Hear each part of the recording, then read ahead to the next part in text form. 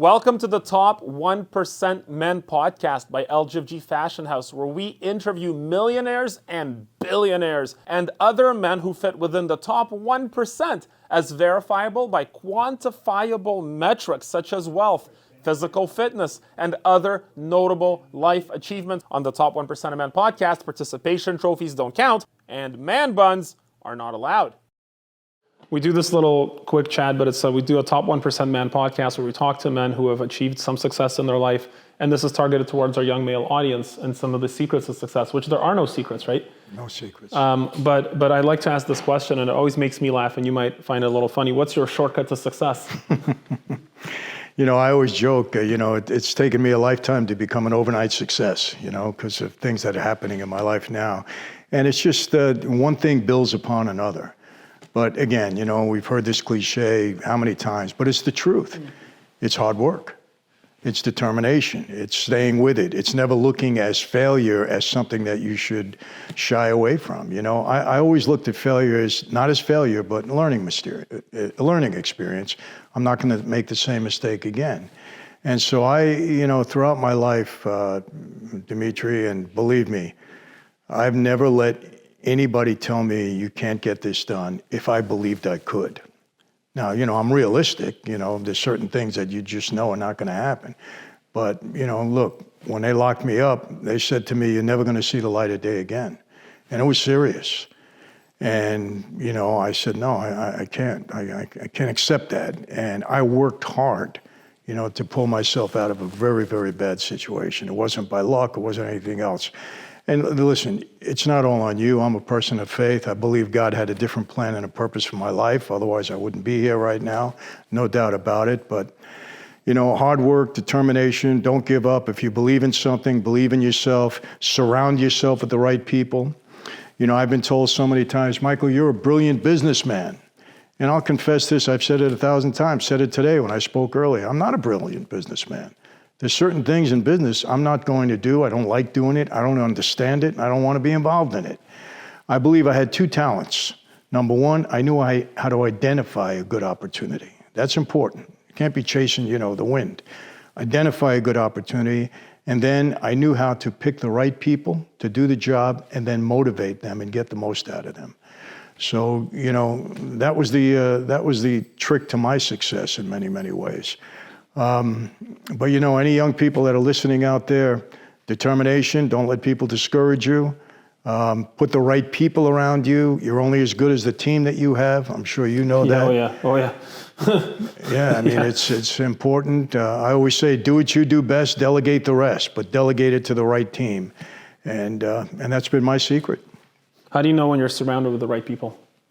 Well, you get to know, look, you give people a shot, you sit down with them, you talk to them, whatever skill you have now in trying to learn something about somebody's character.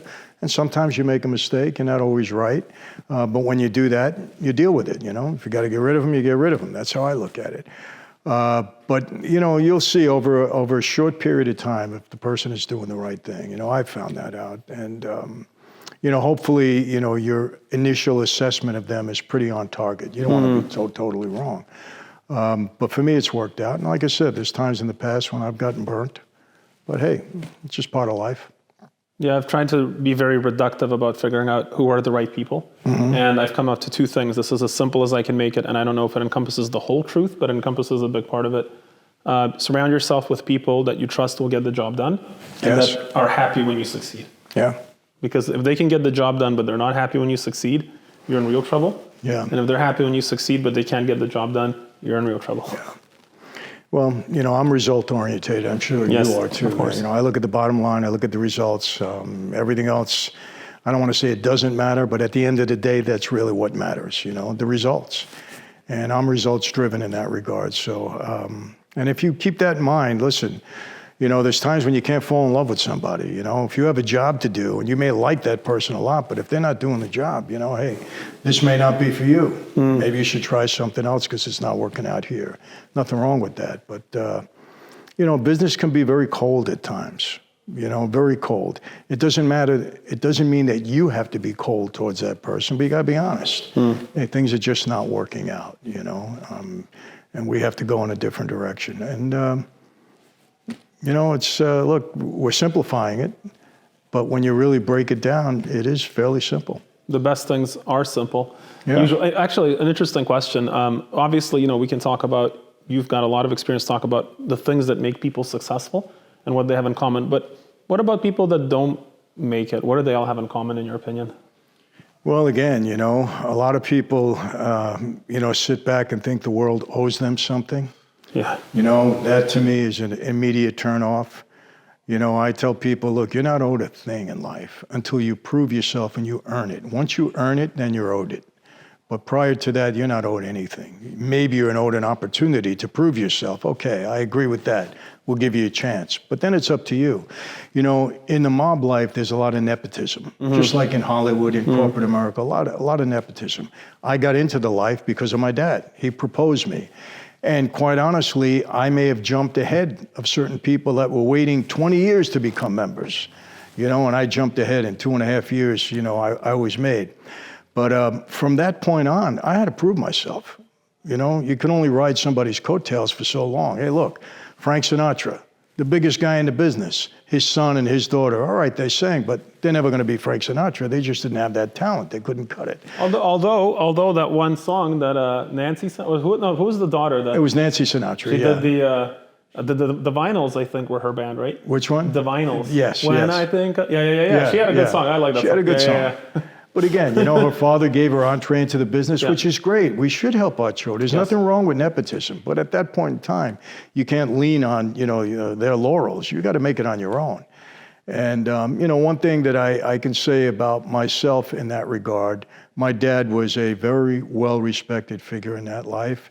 And he did give me my start. He got me involved in that life. But from that point, I like to believe that I made it on my own. I made things happen because my dad was in jail just about my whole life, and that's what people need to do. Nothing wrong with somebody opening the door for you. But from that point on, you're not entitled to anything. You got to prove yourself. I've seen so many people get very upset about not having family connections and become resentful about it. But Grant Cardone has a line I really like. He says that if you didn't come from a millionaire family, make sure your kids do. Yeah, I love that. I've lived by that mantra. I just love that so much. And I really, really don't like it when people make their birth condition a reason for their failure. And you see that becoming a cultural problem as well, where it's like, oh, give us reparations for what? It's like, I'm sorry, I don't care. Like, yeah, for what? For something but it's like, you're a person, there's a very good chance that some of the people that were your ancestors were not very good people. A very good chance. Like we're all related. We go back to enough common ancestors. So I don't believe in that. And one of the first questions that when people join our company at LGFG, I give them very little advice, but I give them a couple little tidbits because the reason I don't give them a lot of advice when they start, they don't trust me. I'm the CEO. Yeah. They're like, you're going to tell me what you want me and I'm just going to work for you. I say, no, sure. Look, here's the deal. There's only one, and I said, there's only one thing you remember for me is this. Don't treat yourself like a victim. That's it. I agree. Don't treat yourself. As soon as you become a victim in your own mind, you can't win. That mentality is the wrong mentality. I have a very dear friend, very successful guy out of Texas. He owns a bank, big real estate guy. He's got a lot of kids. And he tells them straight out, you're not entitled to be part of my company. You're going to work and earn it. He makes them go to work for 5 years for somebody else before they'll be able to enter his company. They got to succeed somewhere else. And then he'll give them an opportunity at that point in time. Donald Trump, I have to say the same thing. You look at a man by his children. Yes, and his kids are great. His kids are great kids, and they've done it. He's given them the opportunity, but they've taken advantage of it in the right way. Kids, man. Yeah, and I appreciate that. And I look at Donald, I say, okay, did a great job with your kids. That means something. It's something about you, that means a lot. You look at somebody else, I don't want to mention his name, and you can't say the same thing. But, look, and look, I tell my kids the same thing. Sometimes I put a little too much pressure on them. I expect them to do maybe what I did, work very hard at a young age. Hey, listen, I didn't become successful by accident. I worked my butt off. I worked 7 days a week at times when I had to, from the time I was a kid. And why should anybody not do that? What do you expect, Anyway. Look, nepotism, there's an unseen side to nepotism. There's a story that Jeff Bezos, his parents mortgaged their house in order to help him fund Amazon, and they gave him $250,000. Okay. And so that story comes out, and people are commenting online like, "Oh, he had rich parents." It's like, no, they're missing the point. The point is that his parents trusted him enough and believed in his character enough to mortgage their life to help him get an opportunity to succeed. Well, my parents don't have the money. No, they'll find the damn money. And you know what? It's like your parents don't respect your character, and that's the problem. So the fact that your dad proposed you is not a nepotism argument. It's that he saw competence and character in you too. Why would your dad risk his entire reputation if he didn't at least at some level believe you were going to succeed? Yeah.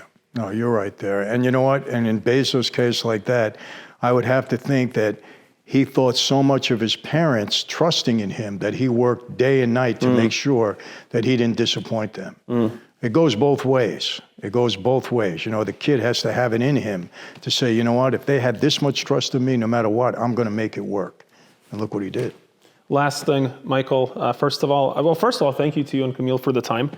I don't take this for granted. It's an honor for me to be in your presence. Oh, well. And I'm not just buttering you up. Like, I feel like this is my passion in life is to build something significant and stable and that can grow. And we have a lot of people in our company today that, rely on their livelihood through the opportunities we create for them. And they capitalize on that. But the question I want to ask you, so you have something going on with Mike Tyson. It's yes. And you were talking about like some teaching element to that. Can you tell our audience what all that is? Yes. Before I say that, I do want to say this. I am now 72 years old. I've been around a lot of people in my life. Yeah, 72. Like 50 something. That's crazy. I've had, wardrobes before. I'm not a guy that sits down and goes through what we went through today. My wife will tell you that. That's not who I am. But from the moment you contacted us, everything that you said you were going to do, you've done. You've handled yourself extremely professionally. And the product is second to none. I'm being honest with you. I've never seen anything like this before. It's amazing.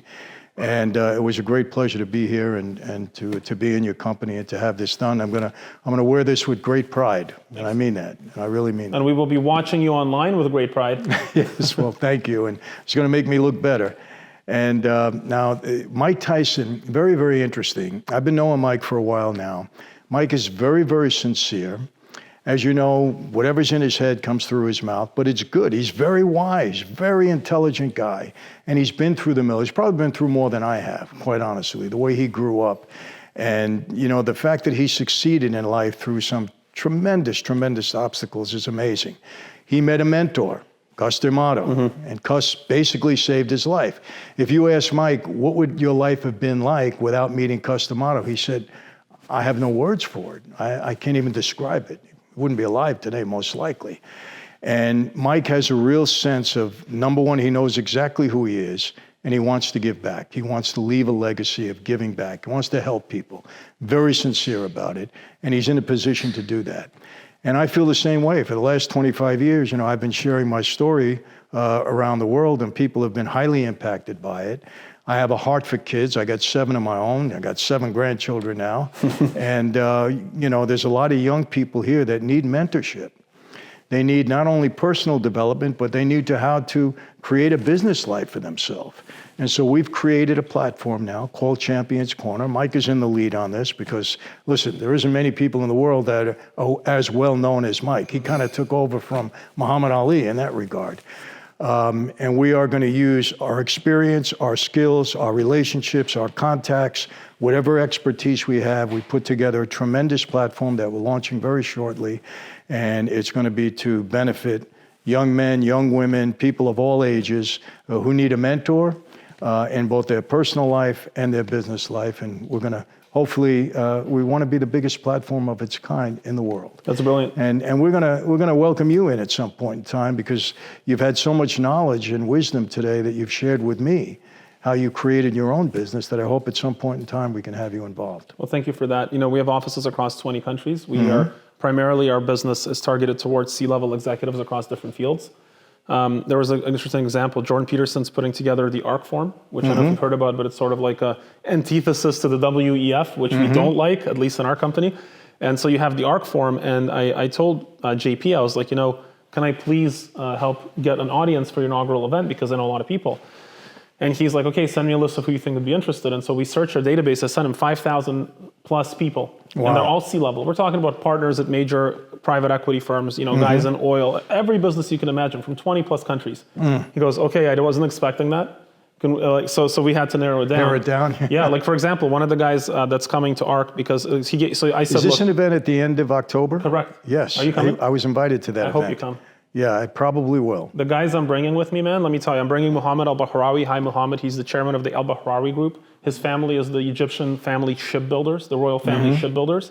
He's the guy, have you heard of the floating villa hotel? It's the yacht hotel. The hotel becomes a yacht. I have heard of that. Yeah, yes. so he's the guy that Really? masterminded and built that project. He's our client. He owns one of the very few gold suits we made with a 24 karat gold stripe. So these are the kind of folks that I invited because Jordan gave me a number of private invites to the event to hand out to our clients. So I'm bringing some like very, very, very legitimate billionaires to the event that are our clients that we're honored to be invited because they like JP. And if you're there, I will 100% introduce you. I got some ballers I'm bringing. Really? Yeah, because our clients, I mean, they are. And look at this. That's it. Like that's one of the reasons I love our business in suits. It gives me a backdoor entrance into the let's say the Costa Nostra.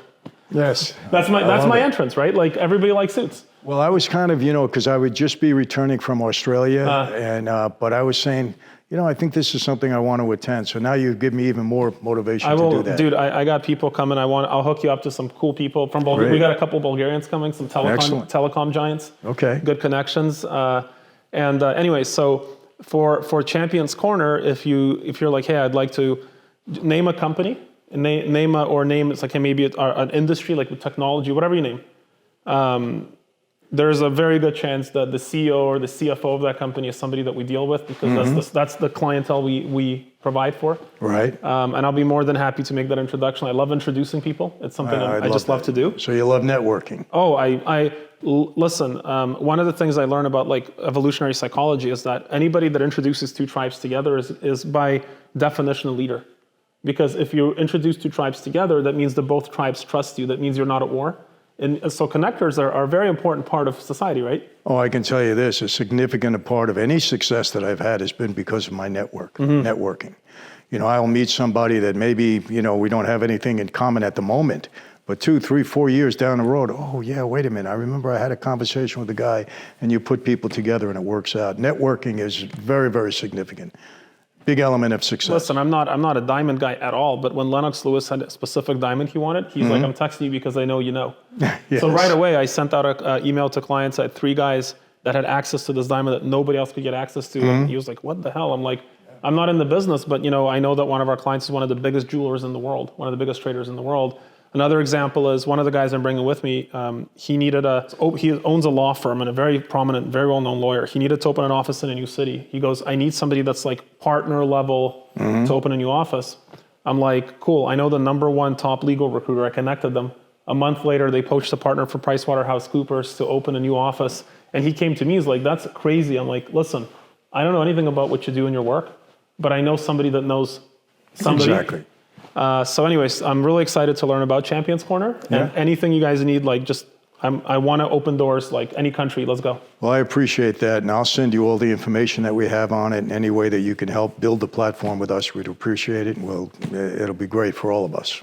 And mentorship's important for young men. Especially Absolutely. Young men. Like, women, okay, like I don't know much about being a young woman, but like I'm very thankful that a couple of people that, I don't know if they saw potential in me, but they certainly saw the drive and the desire to be something more. Yeah. And they gave me an opportunity to prove myself, and I'm happy they made a lot of money on me. I'm happy about it because you know what? Because like, why would I be friends with somebody if I can't make money with them? Exactly. Right? Like, what are we going to talk 100%. about? Yeah. Right? No, listen, mentorship, I mean, my dad was my mentor, people that I looked up to in my former life, and even today. I mean, honestly, the conversation that I had with Jordan, now, you know Jordan. Yeah. An hour and a half, it was the most in-depth interview that I've ever done in my life. He really got me to think about certain things. And in a way, all right, maybe he wasn't a mentor, but even at my age, there was things that I learned just from sitting down, having conversations with him. We had dinner afterwards, him and his wife, lovely woman, my wife. And, some of the things that he said were so profound. And I said, wow, I don't care how old you are, there's always something you can learn. And I consider that mentorship. If somebody's teaching me something, they're my mentor for that moment. He has a line that we use a lot in our company. If it can't, don't sustain that which cannot sustain itself. Yeah. And that's something I learned from JP. I mean, it's intimidating being in the presence of somebody that just knows a lot about everything. And like he talked to me about business, and he went on, just asked him some question about some course he was running. He went on this thing about entrepreneurship, build a company, and I'm just saying, like, how does he know that? Like, I've opened offices across 20 plus countries, and this guy is telling stuff. I'm like, I just learned that like a month ago. Yeah. I was like it took me 10 years to learn that, and this guy just like, yeah, this and that. I'm like, Tate does that to me sometimes too when I watch his interviews. Yeah. Like he'll say something, I'm like, how does he know that? Yeah. Like that's crazy. Like and he makes it sound so obvious, but it's like it wasn't obvious to me. And you know, to a degree, Tyson is the same way. He'll be listening, and all of a sudden he'll throw out one little nugget of something. He'll go, "Wow, that's really profound. How do you know that?" You know, people like that are gifted in a way. You know, really, really. You know, it's funny. I was sitting with Jordan, and Jordan asked me something. You know, he's very fascinated about my former life. And he said, "Michael, how did you do some of the things that you did?" And I said, "You know what, Jordan? There were certain times when I had to do something. I had an order. You can make an excuse. Well, you had to. You could have said no. Well, you can't say no in that life and exist in the life. You know, you got to make a choice. You're either in or out." But I said, when I did something that was uncomfortable for me, I kind of stepped outside of myself, and I did it.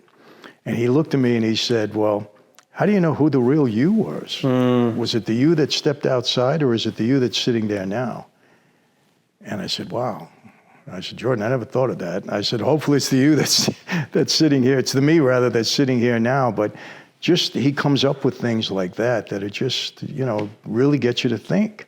You know, really gets you to think. But then I said, "You know what, Jordan, I've been me now without the challenges that I've had in my former life. And I've been this person now for the past 25 years. And I think I was that person before I got into the life. So hopefully this is the real me."